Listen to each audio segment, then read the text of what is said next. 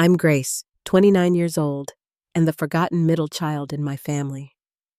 For as long as I can remember, my brother Michael was the golden boy who could do no wrong.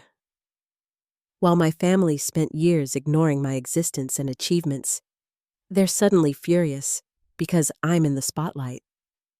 After being invisible my entire life, I never expected to see my face on national news for something I created all on my own. If you've ever felt overlooked by your family, drop a comment letting me know where you're watching from. Hit that like button and subscribe if you want to hear how I went from being the invisible child to the one thing my family can't stop talking about. I grew up in a modest two-story home in suburban Boston, where our family of 5 lived a seemingly picture-perfect middle-class life. My father Thomas worked long hours as an investment banker, while my mother Diana had given up her teaching career to become a stay-at-home mom when Michael was born. My older brother Michael was 32 now, and my younger sister Lily was 25, positioning me uncomfortably in the middle, where I was neither the accomplished firstborn nor the adorable baby of the family. From my earliest memories, it was clear that Michael was exceptional. He learned to read before kindergarten, mastered multiplication by first grade, and was solving complex math problems by the time most kids were learning basic addition. His teachers constantly praised his intelligence, sending home glowing reports about his academic performance and leadership qualities.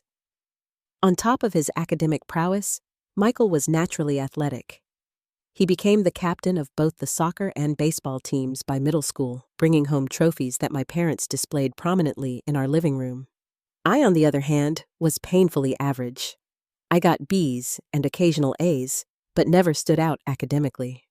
Sports were a nightmare for me, with my uncoordinated limbs and tendency to panic under pressure.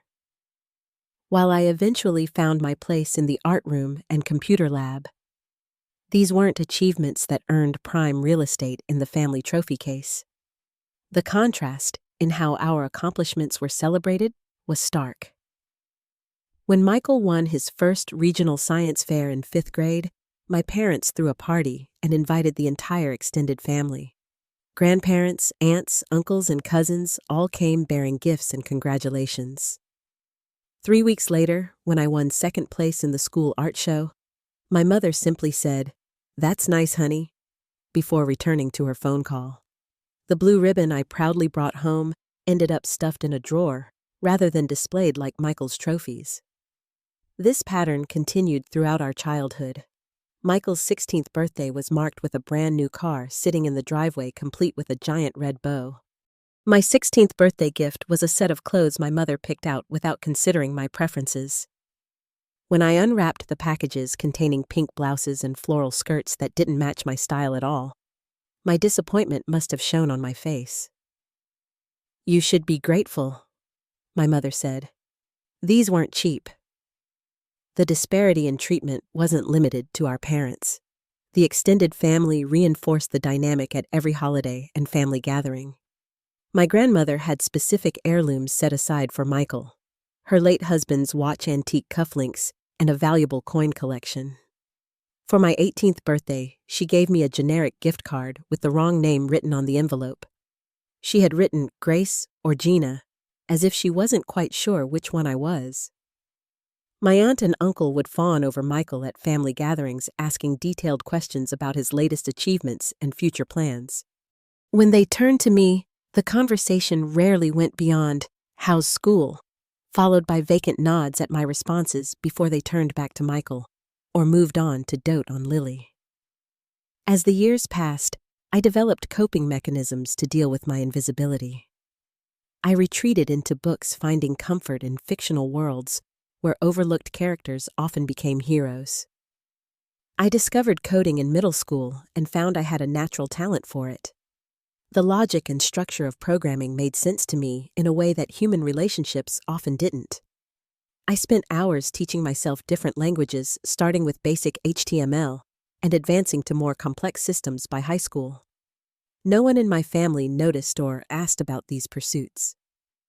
While Michael continued his golden path through high school collecting accolades and awards, my younger sister Lily began to follow in his footsteps. She was a gifted dancer who performed in prestigious recitals and competitions.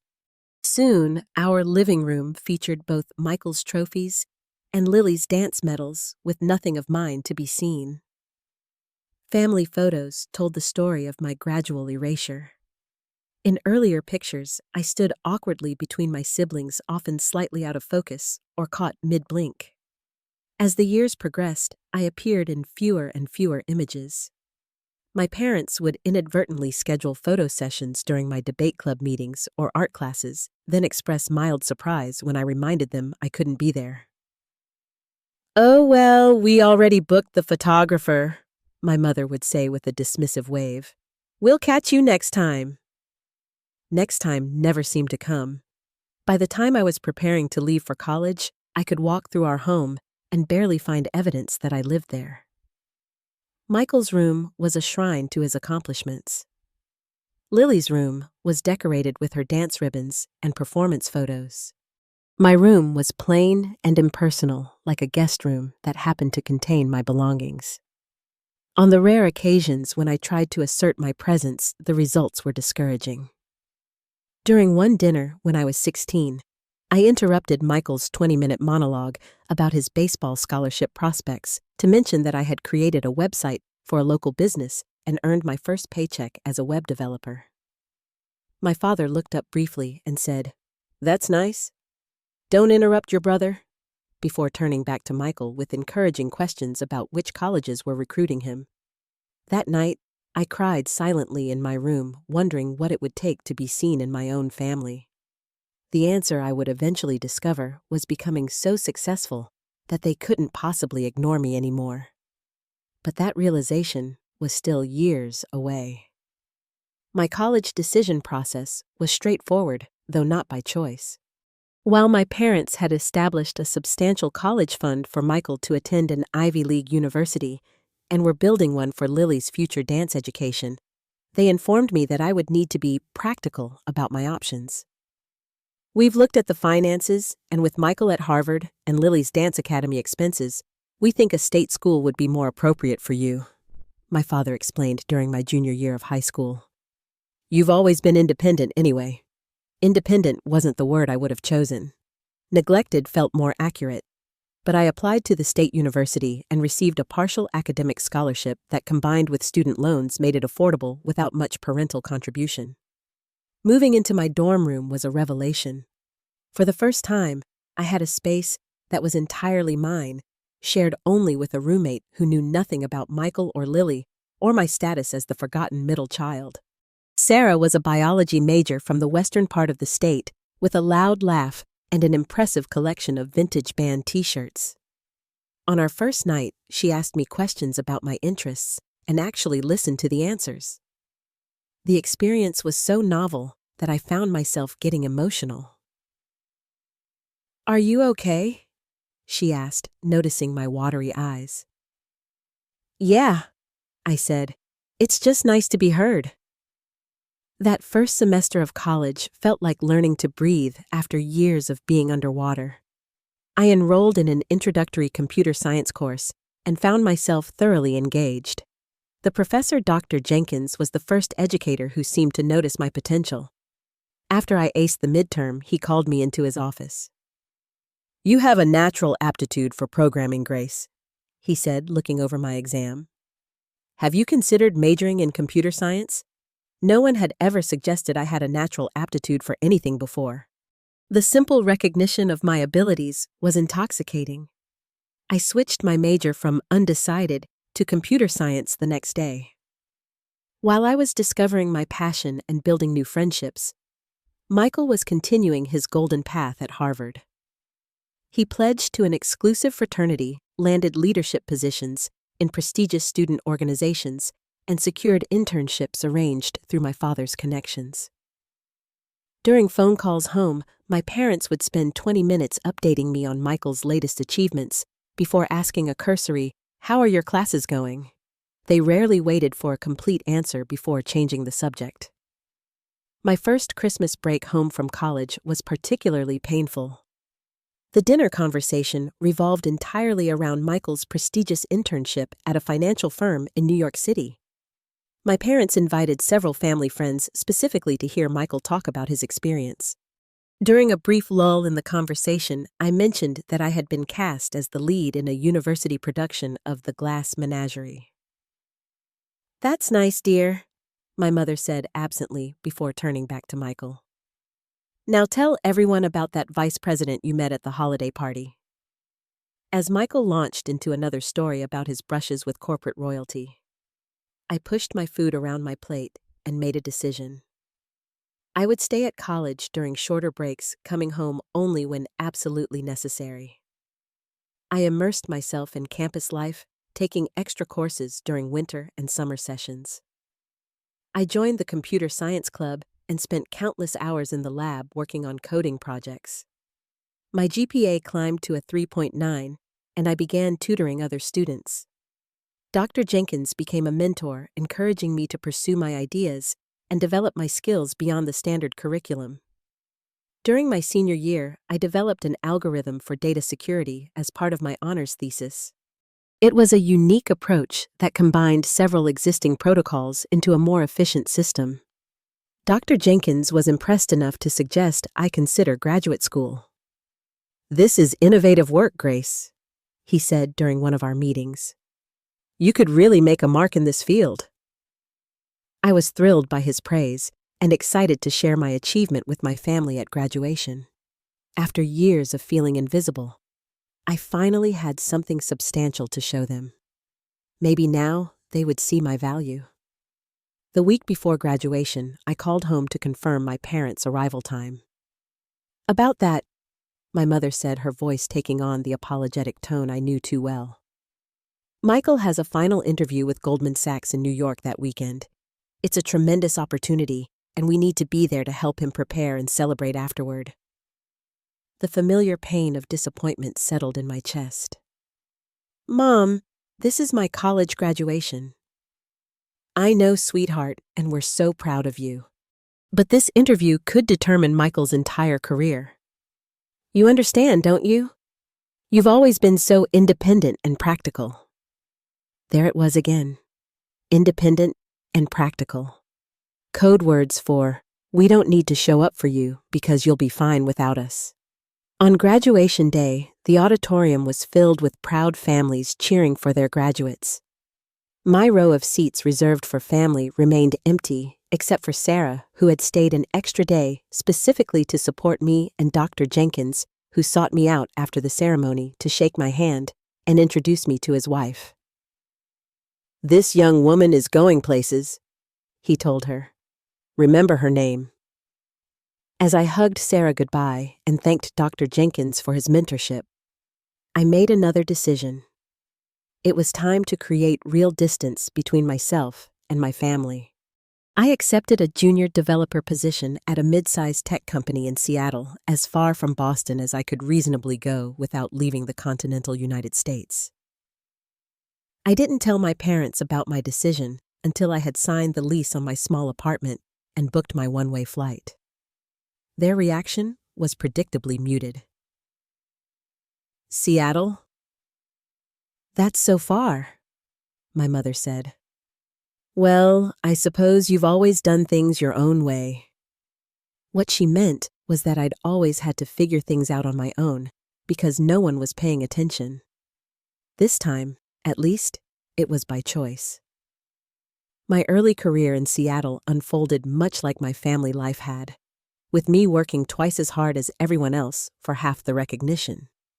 The tech industry in the 2010s was even more male-dominated than it is now, and as a young woman without an Ivy League degree or impressive connections, I was starting at a significant disadvantage. My first job was at DataSync Technologies, a company that provided cloud storage solutions for small businesses. I was hired as a junior developer and quickly proved myself to be reliable and innovative. Within 6 months, I was outperforming several of my peers, staying late to fix bugs others couldn't solve, and volunteering for the projects no one else wanted. Despite my contributions when promotion time came around, I was passed over in favor of Brad, a developer who had started the same day I did, but spent most of his time chatting with the managers about fantasy football. When I asked my supervisor why he gave me a vague answer about Brad being a better cultural fit for the senior role, the pattern repeated at my next company, Technova Solutions. I spent 8 months developing a more efficient method for processing customer data, only to have my direct manager Scott present it as his own idea during the quarterly review. He received a bonus and a promotion, while I received a generic team player certificate and a $50 gift card to a coffee shop. When I confronted Scott privately, his response was telling. "Look, Grace, that's just how things work here. You're still building your reputation. Give it time." But time didn't improve my situation. After 3 years of being overlooked, underpaid, and having my ideas appropriated by male colleagues, I hit rock bottom when Technova went through a round of layoffs, and I was among the first to go. Despite my contributions, I was still considered expendable. Cleaning out my desk, while Scott watched uncomfortably from his new corner office, I felt a familiar sensation, the same invisibility I'd experienced throughout my childhood. Different setting, same story. With my final paycheck and modest savings, I took a risk. Instead of immediately looking for another job where I'd likely face the same issues, I decided to take 3 months to work on my own project. The data security algorithm I'd developed in college had been evolving in my mind, and I was convinced it had commercial potential. My tiny studio apartment in Seattle's Belltown neighborhood became my headquarters. I converted my dining table into a workstation, covered my walls with whiteboards, and subsisted mainly on ramen noodles and coffee. I coded through days and nights, refining my algorithm and building it into a comprehensive privacy protection system. The breakthrough came at 3:47 a.m. on a Tuesday after nearly 40 hours of continuous work. I had solved a persistent issue with the encryption process that had been causing performance lags. With that fix, my system was now demonstrably faster and more secure than anything on the market. I ran the final tests, watched the successful results scroll across my screen, and burst into tears of exhaustion and triumph. As the sun rose over Elliott Bay, I made another life-changing decision. I wouldn't try to sell my software to an existing company. I would start my own. I named the company PrivaShield and began the arduous process of building a business from scratch. The first and most immediate challenge was funding. I created a detailed business plan and began approaching investors naively believing that the strength of my technology would speak for itself. The reality was harsh. One after another, venture capitalists and angel investors rejected my pitch. Some were direct about their reasons. "The technology seems promising, but you lack experience," said one middle-aged investor in a sleek downtown office. "Have you considered bringing on a male co-founder? Someone with more presence," suggested another, not even attempting to disguise his bias. "This is a tough space for a young company, especially one led by—" A third investor paused, gesturing vaguely at me. "Well, you know." I did know. After 47 rejections, I was running out of options and money. My landlord had already given me a warning about late rent, and I had started skipping meals to stretch my budget. I was considering giving up and applying for stable jobs again, when a chance encounter changed everything. I was at a local coffee shop using their Wi-Fi to save on my internet bill, when I overheard a woman at the next table discussing cybersecurity challenges. I couldn't help but join the conversation, explaining how my algorithm could address the exact issues she was describing. The woman was Sophia Martinez, a partner at Horizon Ventures, a venture capital firm known for investing in underrepresented founders. Unlike the other investors I'd met, Sophia asked detailed technical questions about my solution.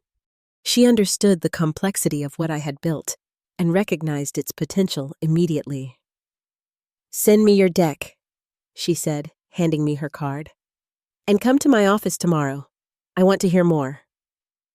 2 weeks later, PrivaShield secured its seed funding, $500,000 to develop the product and bring it to market. It wasn't a huge amount by tech standards, but it was enough to rent a small office space, hire 2 developers to help me, and pay myself a minimal salary. The next 18 months were the most challenging of my life. We worked around the clock to refine the product, build a user interface, and prepare for launch. There were technical setbacks, conflicts with contractors, and constant financial pressure. I lost 10 pounds, rarely slept more than 4 hours a night, and nearly gave up multiple times. During this period, my contact with my family dwindled to occasional text messages and monthly phone calls. When I did speak to them, the conversations were predictably one-sided. My mother would spend 20 minutes updating me on Michael's rising career at Goldman Sachs, or Lily's acceptance into a prestigious dance company before asking, "And what about you? Still doing your computer thing?" When I tried to explain what I was building, her eyes would glaze over. "That sounds complicated." "Oh, did I tell you Michael just bought a condo in Manhattan, 3 bedrooms with a view of Central Park?" During one particularly difficult week, when Priva Shield was dangerously close to running out of money before our product was ready to launch, I broke down during a call with my mother. "I'm really struggling right now," I admitted. "The business might fail, and I've put everything into it." Her response was swift and unhelpful. "Well, honey, maybe this is a sign you should get a stable job like Michael. Not everyone is cut out to be an entrepreneur. There's no shame in being ordinary." Ordinary. The word cut deep because it echoed my own fears. What if I was just ordinary? What if all this struggle was for nothing? But the next day, fueled partly by determination and partly by spite, I secured a last-minute bridge loan from Sophia that kept us afloat. 3 weeks later, we launched the first version of Priva Shield Privacy Protection Suite to a small but enthusiastic reception in the tech community. The holiday season that year brought another painful reminder of my status in the family. During the annual Christmas call, I listened for 45 minutes as my parents, Michael and Lily, discussed their achievements and plans. When I finally had a chance to speak, I mentioned that my company had launched its first product. "That's nice, dear," my mother said. "Now who wants to hear about Michael's promotion?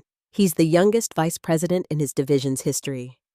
As I hung up the phone, I made a promise to myself. One day, they wouldn't be able to dismiss me so easily. One day, they would have to acknowledge what I had built. I just didn't know how soon that day would come. Priva Shield's trajectory changed dramatically in the early spring, about 4 months after our initial launch. We had been slowly building a client base among small tech companies and had received positive reviews in a few industry publications, but we were still struggling to break through to larger markets. Then came the news that Blue Sky Corporation, a Fortune 500 company specializing in healthcare data management, had experienced a massive data breach. Personal information of over 3 million patients had been compromised, including sensitive medical records. The company's stock was in freefall, and they were facing potential lawsuits worth billions. In a desperate attempt to contain the damage, Blue Sky's chief technology officer had been searching for advanced security solutions and came across a review of Priva Shield. Within hours of the breach announcement, I received a call from his office. "We need to implement your system immediately," the CTO said, skipping any pleasantries. "Can you handle a company our size?" I took a deep breath and projected confidence I didn't entirely feel. "Absolutely. We can begin implementation today." The next 72 hours were a blur of activity. My small team and I worked around the clock scaling our system to handle Blue Sky's massive data infrastructure. We deployed our security protocols across their networks, reinforced their firewalls with our proprietary algorithms, and established new protection measures for their most sensitive information. Just as we completed the implementation, a second wave of attacks hit Blue Sky, a coordinated effort by the same hackers to finish what they'd started. This time, however, our system detected the intrusion attempts in real time and successfully blocked them. Not a single additional record was compromised. The immediate result was a press release from Blue Sky specifically naming Priva Shield as the security solution that had saved the company from catastrophic data loss. Their stock began to recover, and our phone started ringing with inquiries from other large corporations suddenly concerned about their own vulnerability. Within days, tech journalists began reaching out for interviews. The first major profile appeared in Tech World magazine under the headline, "Unknown Startup Saves Industry Giant Meet the Woman Behind PrivaShield." The article detailed not just the technology, but my personal journey as a female founder in a male-dominated industry. The story caught fire in tech circles, with industry leaders sharing it across social media platforms. Then mainstream business publications picked it up. Forbes ran a feature titled, "Security Savior Grace Wilson's Privacy Revolution." Bloomberg followed with an analysis of how PrivaShield's technology could change the data security landscape. The real turning point came when National Morning News, one of the country's most watched morning shows, invited me for a 5-minute segment explaining data privacy in terms the average viewer could understand. I had never been on television before and spent the night before practicing my talking points in front of my bathroom mirror. The interview went better than I could have hoped. The host was engaged and asked thoughtful questions, and I managed to explain complex technology in accessible terms. As the segment ended, she looked directly at the camera and said, "Remember the name Grace Wilson? She's changing the way we think about digital privacy." By that afternoon, my phone was exploding with notifications. The clip had gone viral, shared thousands of times across multiple platforms.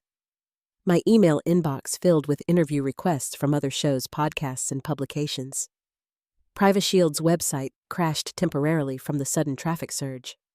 Within a week, my face was on the cover of Innovation Today magazine, labeled as the Privacy Protection Pioneer.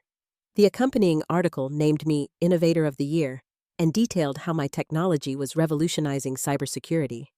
The business impact was immediate and overwhelming. Our client list grew from a handful of companies to over 100 within a month. Revenue increased by 800%.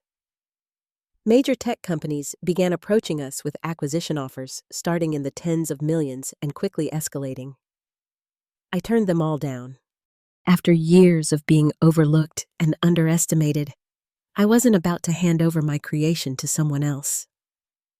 This was my company built from my vision, and I intended to maintain control.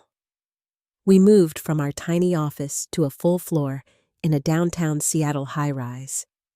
I hired 20 new employees, then 50 more. Sophia's investment firm led a Series A funding round that valued PrivaShield at $75 million, making my ownership stake worth more than I could have imagined possible just months earlier. Through all of this whirlwind success, there was a strange emptiness.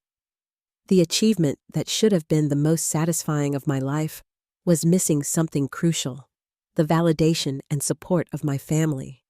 Despite my face being on magazine covers and national television, I hadn't received a single call or message from my parents, Michael or Lily. I found myself checking my phone after each new media appearance, half expecting to see their names on my screen. But there was nothing. It was as if they existed in a parallel universe where my success had never happened. Or so I thought, until my aunt called me out of the blue one Tuesday afternoon. "Grace, I just saw you on the Today Show. Why didn't you tell us you were famous now?" The call from my aunt was just the beginning.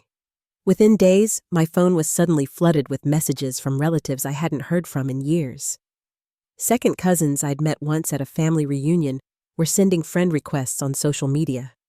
My father's brother, who had consistently mixed up my name with my sister's, now wanted to know if I could help his son get an internship at my big tech company.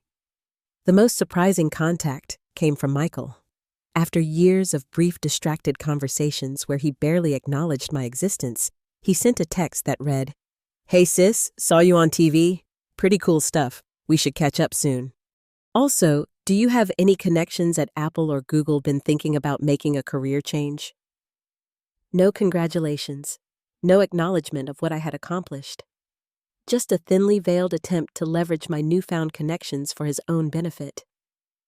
It was so typically Michael that I almost laughed. A week later, my parents finally called.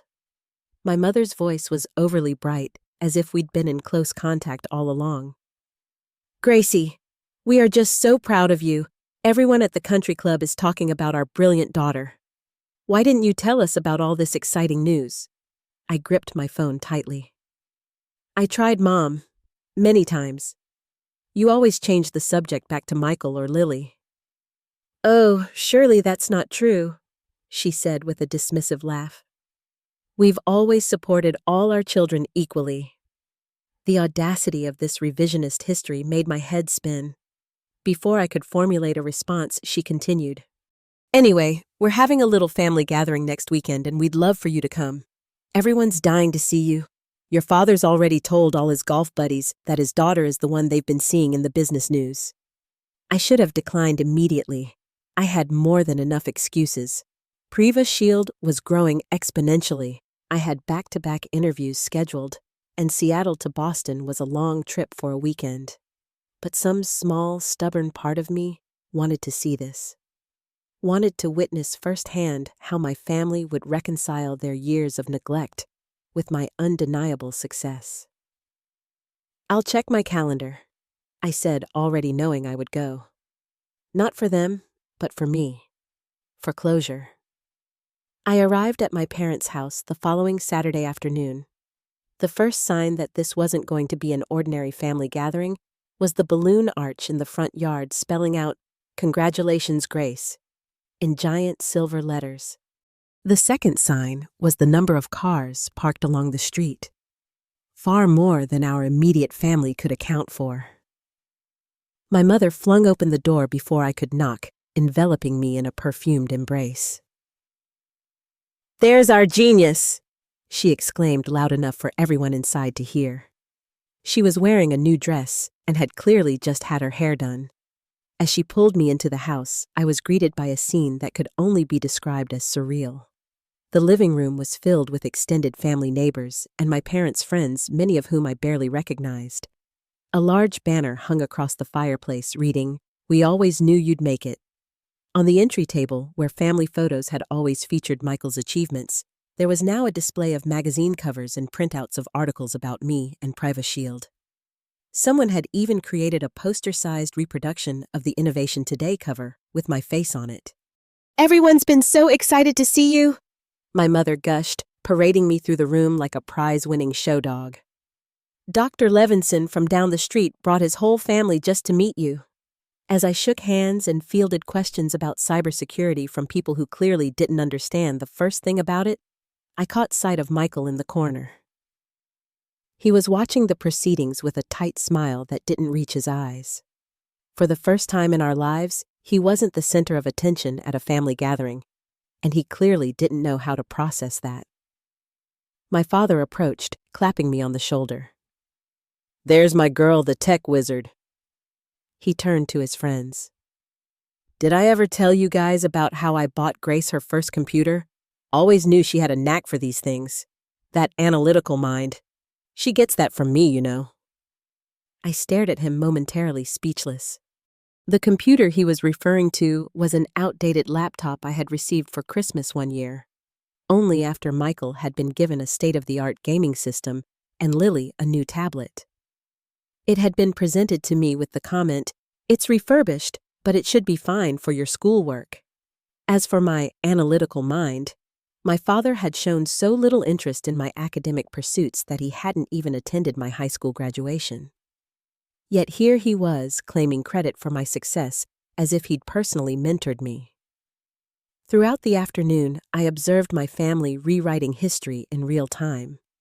My mother told her friends how she had always encouraged Grace's interest in computers, conveniently forgetting how she had suggested multiple times that I focus on more feminine pursuits, or something that would help me find a husband. My aunt, who had previously struggled to remember my name, now claimed we had a special bond, and that she had always known I was destined for greatness. Relatives who had never shown the slightest interest in my life were suddenly experts on my journey, sharing fabricated anecdotes about how they had supported me along the way. The breaking point came during dinner when my mother clinked her glass for attention. "We have an idea," she announced, beaming at me. "For your next big interview, you should mention how your family has been your support system all along. Maybe we could even do a feature together."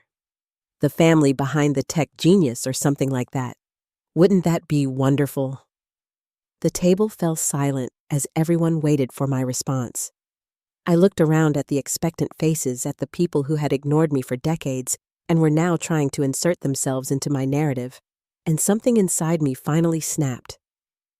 "No," I said quietly. "That wouldn't be wonderful. That would be a lie." My mother's smile faltered. "What do you mean, dear? We've always supported you." I took a deep breath. "Have you? When was the last time you came to one of my academic competitions? Did you attend my college graduation? Have you ever even once asked me to explain what my company actually does?" The uncomfortable silence deepened as I continued, my voice steady despite the emotion building inside me. For 29 years, I've been invisible in this family. When I won second place in the art show, you barely acknowledged it. When Michael got a car for his 16th birthday, I got clothes you picked out without considering what I might want. When I told you I started my own company, you suggested I get a stable job like Michael instead. My father attempted to interrupt. "Now, Grace, that's not fair." "It is fair," I countered. "It's more than fair." "Do you know what's not fair?"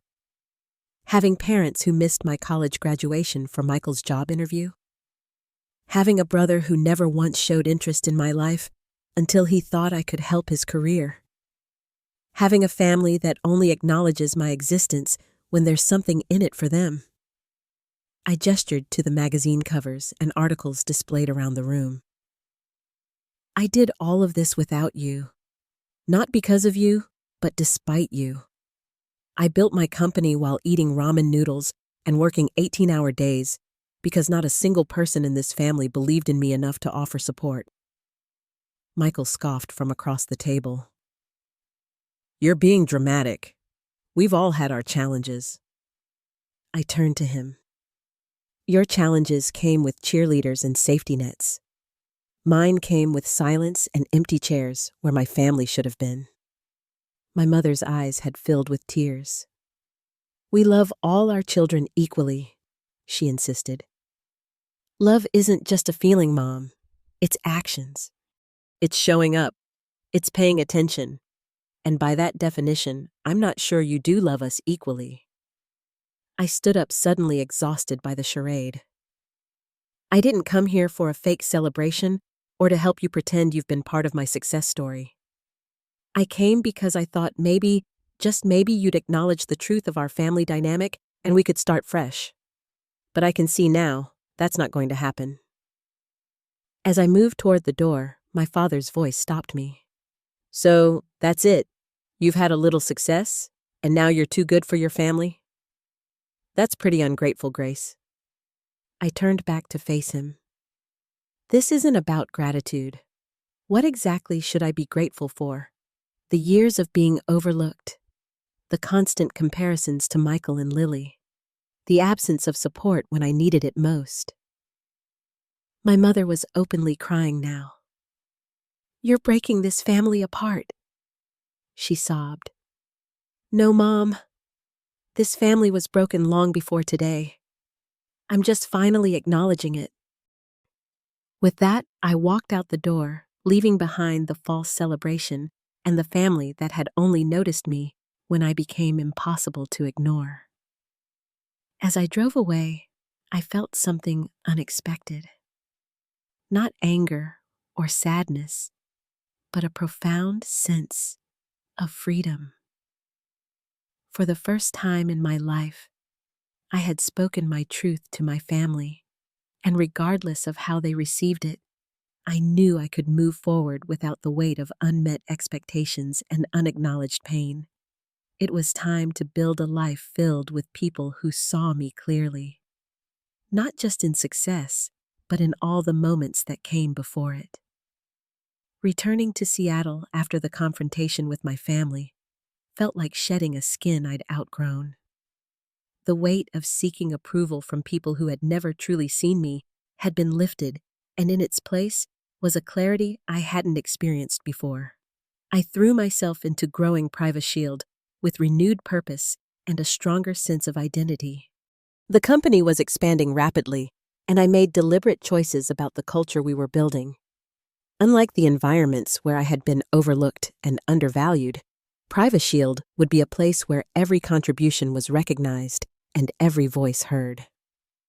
We implemented transparent promotion criteria based on measurable achievements rather than who played golf with the managers. We created mentorship programs specifically designed to support women and minorities in tech. Our parental leave policy was among the most generous in the industry, ensuring that no employee would have to choose between career advancement and family responsibilities, as my mother had. During our weekly all-hands meetings, I made a point of highlighting the work of quieter team members who might otherwise go unnoticed. Visibility isn't just for the naturally loud, I often said. Innovation can come from anywhere, and we need to make sure we're hearing everyone. And as the public face of the company, I used my growing platform to speak about the importance of recognizing talent in unexpected places. In interviews, I began sharing carefully edited versions of my own story, emphasizing the need for the tech industry to look beyond traditional paths and pedigrees. My most significant initiative, launched 6 months after the family confrontation, was the PrivaShield Foundation. We committed 5% of our annual profits to providing technology education and mentorship to overlooked students, particularly those from disadvantaged backgrounds or without family support. We're looking for the middle children of the world, I explained during the foundation's launch event. The quiet ones with big ideas who just need someone to notice their potential. The foundation specifically sought out students who might be overshadowed, not the valedictorians or star athletes, but the ones with unique perspectives and untapped talents. We provided scholarships, equipment, mentorship, and internship opportunities. I personally reviewed applications looking for echoes of my own experience in their stories. Professor Jenkins, my college mentor, who had been the first to recognize my potential, agreed to serve on the foundation's board of advisors. Our reunion was emotional for both of us. "I always knew you'd do something remarkable," he said, his voice thick with pride. "But you've exceeded even my expectations." "You were the first person who ever really saw me," I told him. "I want to be that person for others." As PrivaShield continued to grow, so did my chosen family. Sophia, who had believed in me when no one else would, became not just an investor, but a close friend and mentor. My original team members, who had taken a chance on a startup that could barely make payroll, were now directors and vice presidents who shared my vision for the company. I developed particularly close bonds with the women on my team, many of whom had similar stories of being underestimated and overlooked. Our Women in Tech lunch group became a safe space for sharing experiences and strategies, as well as celebrating each other's victories, both professional and personal. While I was building these genuine connections, my biological family continued their attempts to insert themselves into my success story. My mother sent texts with links to my media appearances, adding comments like, "So proud of our girl," as if we had a close relationship. My father left voicemails suggesting I consult him on investment strategies for my little company. Michael repeatedly tried to connect on LinkedIn, tagging me in posts to associate himself with my growing industry influence. I maintained minimal polite contact, but kept firm boundaries. When they pushed for more involvement or tried to rewrite our history, I would gently but firmly remind them of reality. "That's not how I remember it," became my standard response to their revisionist memories. The most meaningful relationship I developed during this time was with Zoe, a 16-year-old participant in our foundation's mentorship program. She reminded me painfully of myself at that age, brilliant but shy with a passion for coding and a family that didn't understand her interests. During our first meeting, she could barely make eye contact, mumbling responses to my questions about her projects. I recognized in her the same hunger for recognition that had driven me.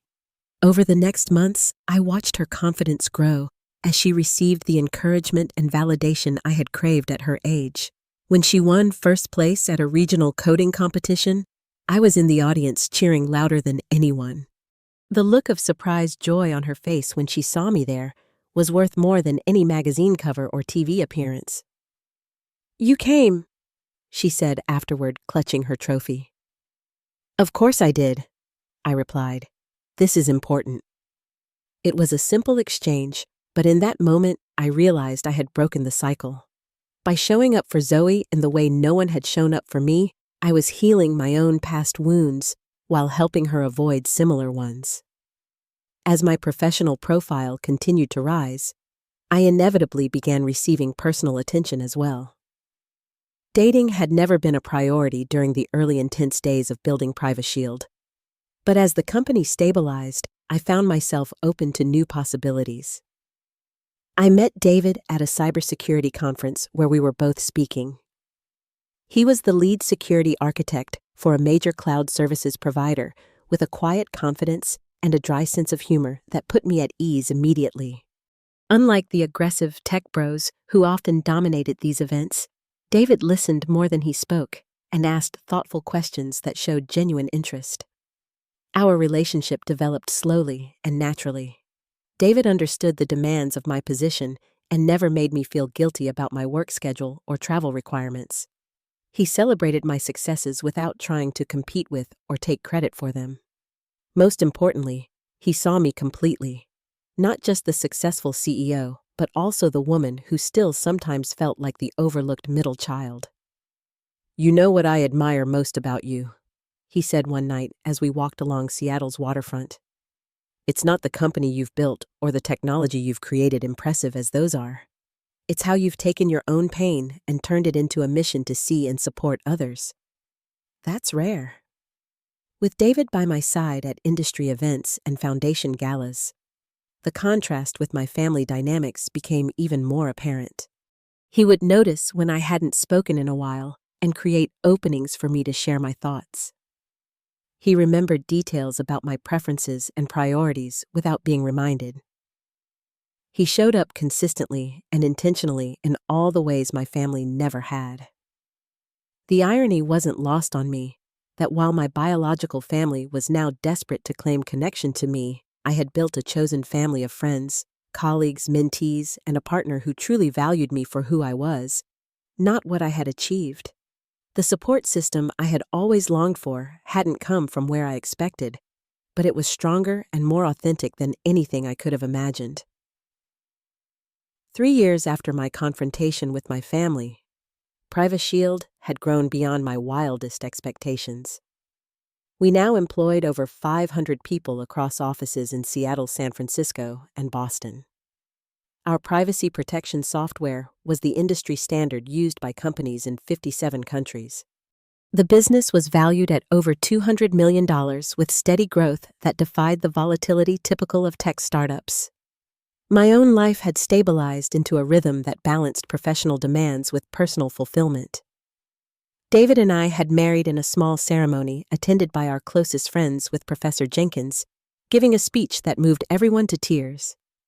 We had purchased a comfortable home overlooking Puget Sound with a dedicated guest room for Zoe, who is now attending the University of Washington on a PrivaShield Foundation scholarship and spent holidays with us.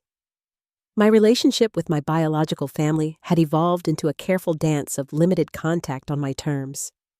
I spoke to my parents approximately once a month, keeping conversations brief and focused on the present rather than reopening old wounds. I sent birthday and holiday gifts, but declined most invitations to family gatherings, preferring to maintain emotional distance. The dynamic shifted significantly when Michael experienced a career setback. After years of steady advancement at Goldman Sachs, he had been passed over for a major promotion and subsequently left the company under circumstances he refused to discuss. Suddenly, he wasn't the golden child with the perfect trajectory, and my parents seemed unsure how to process this disruption to their narrative. Around the same time, my mother began experiencing health issues that forced her to confront her own mortality. During one of our monthly calls, her tone was unusually reflective. "I've been thinking a lot about the past," she said, "about the kind of mother I was to you." I waited, not offering the easy absolution she might have been seeking. "I didn't see you clearly," she continued after a moment. "I was so focused on Michael's achievements and Lily's talents that I missed what was special about you. And that was wrong of me." It wasn't a complete acknowledgement of the years of neglect, but it was more self-awareness than she had ever shown before.